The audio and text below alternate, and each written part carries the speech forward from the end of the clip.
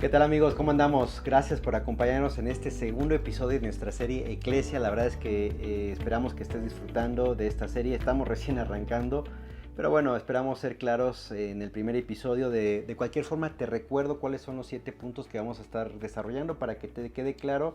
A mí la verdad me encanta saber en dónde estoy ubicado, ¿no? Cuando leo un libro digo, bueno, ¿en qué parte estoy? Porque a veces sí con la lectura pues pasa que te puedes confundir. Entonces por eso me parece necesario, ahí lo estás viendo, qué es la iglesia, cuál es el propósito de la iglesia, el fundamento de la iglesia, iglesias desechables a lo largo de 20 siglos, disciplina y santidad de la iglesia, membresía en la iglesia y finalmente el bonus que hemos preparado para ti. Entonces hoy vamos a comenzar con este primer capítulo, que es la iglesia, y para eso lo que voy a hacer es desarrollarlo en dos ítems, lo que no es. Y entonces después vamos a hablar acerca de lo que es. Cuando hablamos de lo que no es, quiero tratar de desmitificar algunos conceptos que a lo largo quizás de tu vida se han ido almacenando en tu memoria. Cuando hablamos de lo que no es iglesia, tendríamos que empezar, no es o no tiene que ver con edificios antiguos, aunque tenemos por costumbre decir, bueno, no sé, la boda va a ser en la iglesia ubicada tal, la iglesia de no sé qué, con un título y le damos una ubicación. Pero bueno, la verdad es que eso no es una iglesia, eso es un templo propiamente. Aún inclusive nosotros como cristianos evangélicos llegamos a decir eso, ¿no? Te veo en la iglesia el día domingo, ahí te doy lo que te debo, ¿no? Y ya lo asumimos como tal. Pero bueno, una iglesia no propiamente es un edificio, aunque tengo que decirte que hay edificios muy hermosos o iglesias muy hermosas. Incluso nosotros estudiamos ahí en la carrera de arquitectura, tenemos una materia específicamente para estudiar acerca de los templos, porque es muy enriquecedor hablar acerca de este tipo de arquitectura religiosa. Pero bueno, la iglesia no son templos, no son edificios, tampoco son o es una institución humana que, si bien está dirigida o llevada a cabo por hombres, pensemos por ejemplo en la iglesia tradicional en donde hay un jerarca, pero pues la realidad es que no es una institución humana meramente o propiamente. Tampoco es una institución de beneficencia, aunque sin lugar a duda la iglesia tendría que también ocuparse, obviamente, por aquellas personas que están en necesidad. Nosotros como Iglesia Bíblica Misionera cada tanto hacemos un viaje a estos lugares, a las sierras en nuestro país, las montañas altas. Tenemos un programa que se llama Happy Fit, pero pues al final del día no es que este tipo de instituciones o este tipo de acciones son la iglesia, ¿no? No somos una institución de beneficencia, así que tampoco somos un club, un club familiar. Hay gente que a veces lamentablemente se acerca a las iglesias porque quiere un beneficio o pretende un beneficio económico. Seguramente es una persona que se dedica a algún tipo de venta piramidal y entonces ve este lugar como la posibilidad para poder entonces hacerse de material humano. Pero eso no tendría que ser la iglesia. Y eso entonces me lleva al segundo punto, lo que sí es la iglesia. Y para poder definir lo que sí es, tendría que ir a Mateo capítulo 16, versículo 13 al 20, que es precisamente, ya te decía en el episodio pasado, donde aparece por primera ocasión la palabra eclesia. Ahora mira, antes de analizar este pasaje, que creo que es el que más tiempo nos va a llevar en este episodio, podría sintetizar de manera sencilla lo que es la iglesia. Y después vamos a decir por qué llegamos a esa conclusión. En realidad es una definición que me gustó de justamente este autor Miguel Núñez, y él define la iglesia como un grupo de personas que el Padre escogió, que Cristo redimió a precio de sangre y que el Espíritu Santo regeneró para proclamar su gloria para toda la eternidad. Esa es una definición, pero hay más definiciones, y esas definiciones, te estoy poniendo algunas otras más. Esas definiciones que estoy colocando aquí al costado, pues tienen su base bíblica. De manera que cuando vamos a la palabra de Dios, podemos nosotros mismos tener una definición de lo que es la iglesia. Pero quiero empezar con la palabra de Dios para poder entender de dónde viene el concepto eclesia. Porque en su origen quiero decirte que no tenía una intención espiritual o religiosa. Pero para esto vamos a Mateo capítulo 16, versículo 13 a 20. De igual forma te lo estoy poniendo en la pantalla por si no cuentas con tu Biblia a la mano. Voy a leerlo, dice la palabra de Dios. Dice el versículo 13, viniendo Jesús a la región de Cesarea de Filipo, preguntó a sus discípulos diciendo, ¿quién dicen los hombres que es el Hijo del Hombre? Ellos dijeron, unos Juan el Bautista, otros Elías y otros Jeremías o algunos de los profetas. Él les dijo, ¿y vosotros quién decís que soy yo? Respondiendo Simón, Pedro dijo: tú eres el Cristo, el Hijo del Dios viviente. Entonces le respondió Jesús: bienaventurado eres, Simón, hijo de Jonás, porque no te le reveló carne ni sangre, sino mi Padre que está en los cielos. Y yo también te digo que tú eres Pedro, y sobre esta roca edificaré mi iglesia, y las puertas del Hades no prevalecerán contra ella. Y a ti te daré las llaves del reino de los cielos. Y todo lo que atares en la tierra será atado en los cielos, y todo lo que desatares en la tierra será desatado en los cielos. Entonces mandó a sus discípulos que a nadie dijesen que él era Jesús el Cristo. Es un pasaje muy interesante que nos arroja muchas respuestas a lo que queremos tener en este estudio. Hay un método, el método histórico gramatical, es un método hermenéutico que se esfuerza por descubrir el significado original e intencionado de los autores bíblicos en el texto. Bueno, este es un buen ejemplo de lo que vamos a hacer el día en este momento. Fíjate bien, te pongo en contexto para que podamos entender. Tienes a Cristo, aquí el autor Mateo nos dice el lugar en el que se encuentran. Estás viendo el mapa.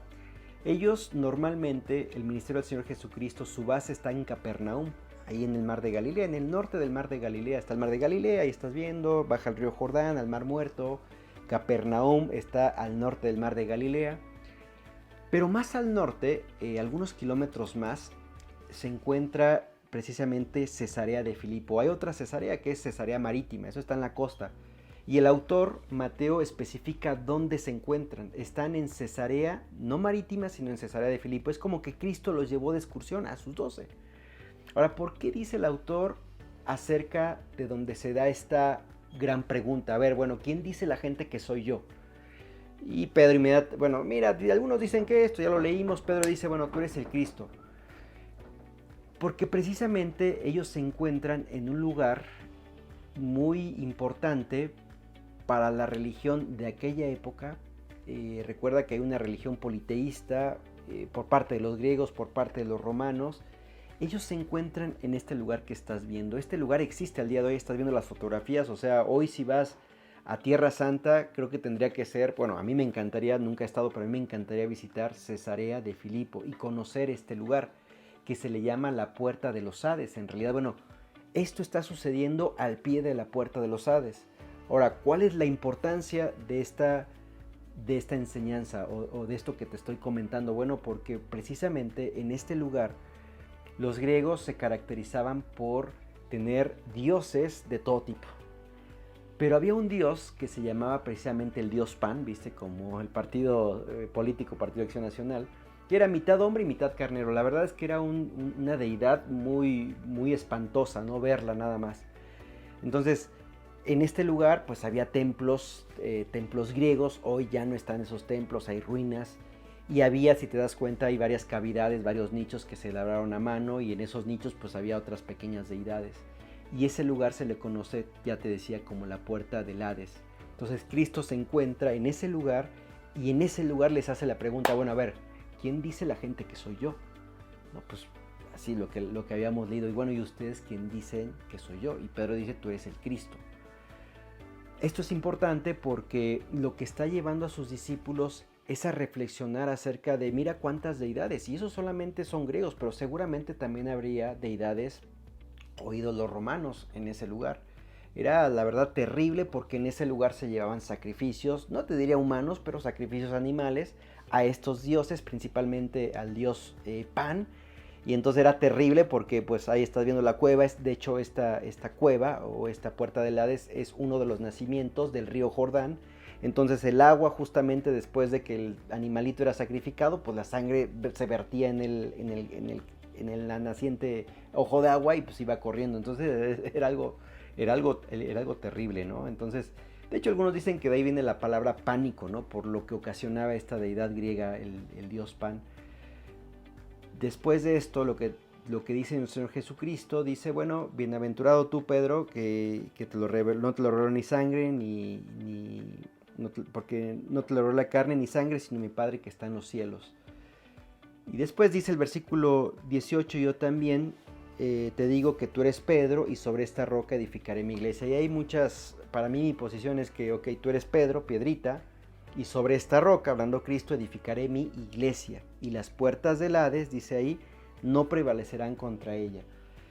¿Qué significa esto? Bueno, quiero comentarte, y ahí vamos a retroceder al año 400, 500 antes de Cristo, para poder explicarte lo que sucedió en ese momento y podamos entender lo que significa iglesia en este contexto. En esta época justamente había en la comunidad griega una decadencia, así que los griegos lo que hacen es establecer un tipo de... Estas ciudades, estados griegas experimentan esta forma de gobierno, entre el 670 y el 500 sucede entre los griegos la época de los tiranos griegos, los tiranos. Las ciudades-estados griegas experimentaron esta forma de gobierno basada en la toma de decisiones de un solo hombre, un gobierno autocrático, y se llamaba el tiranos. Así como en Egipto había faraones, los emperadores, bueno, esta época se caracterizó por los tiranos. Hoy la concepción de la palabra tirano tiene que ver con un abusador, con una persona que abusa de su poder, pero en su origen griego la realidad es que era un título a un noble, un título a un soberano, que él podía tomar las decisiones. Ahora mira, sucedía entonces que empezó bien como cualquier... A ver, pienso en el comunismo, tiene una buena idea, ¿no? De que todo es en común, de hecho tiene su origen, tiene su origen en Hechos, cuando dice la palabra de Dios que entre los discípulos de la iglesia comenzó y que todas las cosas eran en común, y entonces arranca el comunismo. En su origen suena ideal, suena padrísimo, pero recuerda que pues es finalmente una iniciativa humana, y cuando viene del corazón humano las cosas no funcionan bien, porque en el hombre finalmente hay una condición de pecado. Bueno, cuando hablamos de los tiranos comenzó bien como idea, pero a lo largo de estos siglos se fue de alguna forma degenerando al punto tal que el Tyrannus llegó a ser eso que hoy conocemos como realmente una persona que abusaba de su poder. Entonces lo que hacían las ciudades griegas era los ciudadanos nobles salían de la ciudad, hacían de alguna forma sus asambleas, y en estas asambleas ellos votaban. Me explico, de hecho dicen que a partir de ahí comienza esta idea de la democracia. Y una de las cosas por las cuales votaban era si ese Tyrannus iba a continuar con ese gobierno. Entonces hablaba de derrocar a ese Tyrannus. Entonces este movimiento o este concepto empezó a tomar un poquito más de fuerza, de manera tal que el concepto toma un nombre, y es el concepto eclesia. Es un vocablo compuesto de dos elementos. Eclesia es el título de esta serie, pero este vocablo está compuesto a su vez de dos elementos. Por una parte la palabra ek, que significa fuera de, y por otra parte la palabra kaleo, que quiere decir llamados. De ahí que la iglesia o la eclesia está conformada por un grupo de personas que habían sido llamadas fuera de la comunidad. Entonces, con esto en mente, nosotros tenemos que entender que cuando Cristo está en ese lugar, en el mar de, en Cesarea de Filipo, él está viendo todo eso, todo lo que... Yo creo que en ese momento hay gente que está adorando estas deidades, y Cristo está diciendo, bueno, mira, tú eres Pedro, y sobre esta roca edificaré mi movimiento, mi eclesia, sacados fuera de este mundo. Entonces, en su original, el concepto no tenía nada que ver con cuestiones religiosas, pero Cristo toma este concepto, eclesia, sacados fuera, para decirles, este es nuestro movimiento, y las puertas del Hades no prevalecerán contra ella. A mí se me enseñó por muchos años de que de pronto era la iglesia, había muros, y de pronto entonces la iglesia era tan fuerte que el infierno o el Hades no podía penetrar en ella, pero en realidad lo que está queriendo decir el Señor Jesucristo es que el Hades no va a resistir a nuestro movimiento, que es la iglesia. Por esa razón, cuando lees las siguientes ocasiones en las que aparece la palabra iglesia en el Nuevo Testamento, tiene que ver necesariamente con movimiento. Obviamente ahora es un movimiento espiritual. Él habló muchas veces acerca del reino de los cielos, el reino de este mundo. Entonces, lo que está queriendo decir todo esto es que este es un movimiento que viene del corazón de Dios. Yo justamente lo pone aquí. Somos un movimiento que viene del corazón de Dios con el objetivo de arrebatar almas para el reino de Dios. Eso es lo que está queriendo decir. Cuando llegas a Mateo capítulo 18, nuevamente aparece la palabra iglesia. Es la segunda ocasión que aparece. Pero en general lo que quiero tratar de aterrizar es decirte, Cristo se encuentra con sus 12 viendo toda una idolatría en este lugar, y les está diciendo, nuestro movimiento va a penetrar para rescatar almas del infierno. Eso es lo que está queriendo decir nuestro Señor Jesucristo. Por eso es importante entender que después en los versículos que siguen, en el versículo 20 dice, entonces mandó a sus discípulos que a nadie dijesen que él era Jesús el Cristo. ¿Por qué razón? Porque eso implicaría por parte de los judíos que lo iban a colocar como el soberano. Y entonces la obra de Cristo que había venido a hacer aquí en la tierra, salvar al mundo del pecado y establecer su reino, iba a ser imposible llegar a la cruz, porque antes lo iban a hacer lo iban a confundir con un reino de este mundo. Por eso es importante analizar las expresiones o los textos que nosotros estamos leyendo y la importancia que adquiere de que, ok, voy a establecer el reino, voy a establecer mi movimiento, pero tengo que llegar a la cruz, para que entonces, cuando llegas a Hechos capítulo 1, versículo 8, el Espíritu Santo viene.